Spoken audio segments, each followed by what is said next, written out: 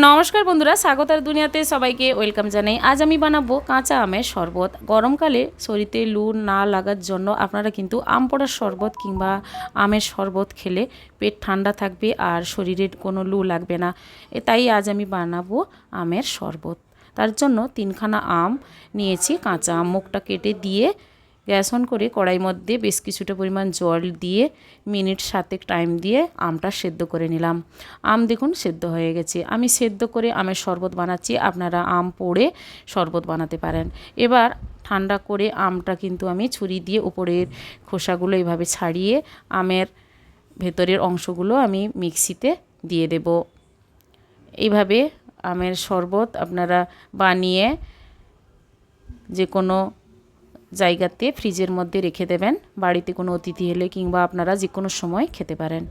সবগুলো আমের পাল্পটা দিয়ে দিয়েছি। তারপর পুদিনা পাতা দিয়ে দিলাম, চাট মশলা 1/2 টেবিল স্পুন, চিনি 3 টেবিল স্পুন দিলাম, আর দিয়ে দেব গোলমরিচের গুঁড়ো,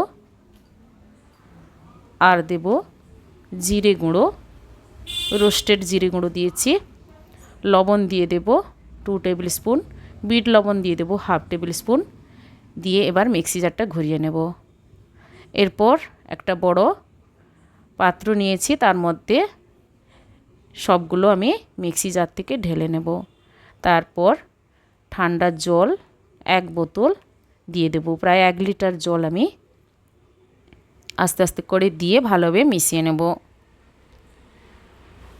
আর আইস কিউব দিয়ে দেব।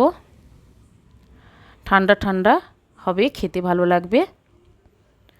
আর সামান্য পরিমাণ আমি সবার লাস্টে দিয়ে দেব পুদিনা পাতা আর বিট লবণ। এভাবে আপনারা আমের শরবত বাড়িতে বানিয়ে ফেলুন বন্ধুরা। কেমন হয়েছে কিন্তু কমেন্ট করে অবশ্যই জানাবেন, লাইক করবেন, আর আমার চ্যানেলে নতুন বন্ধু হতে চাইলে আমার চ্যানেলটি সাবস্ক্রাইব করে নেবেন। 2টো কাঁচের গ্লাস নিয়েছি, তার মধ্যে আমি এইভাবে সার্ভ করে নিচ্ছি। আজই পর্যন্ত, আবার হাজির হব যে কোনো সময় নতুন কোনো রেসিপি নিয়ে। উপর থেকে পুদিনা পাতা দিয়ে সার্ভ করে নিলাম। সবাই ভালো থাকুন, সুস্থ থাকুন, ধন্যবাদ।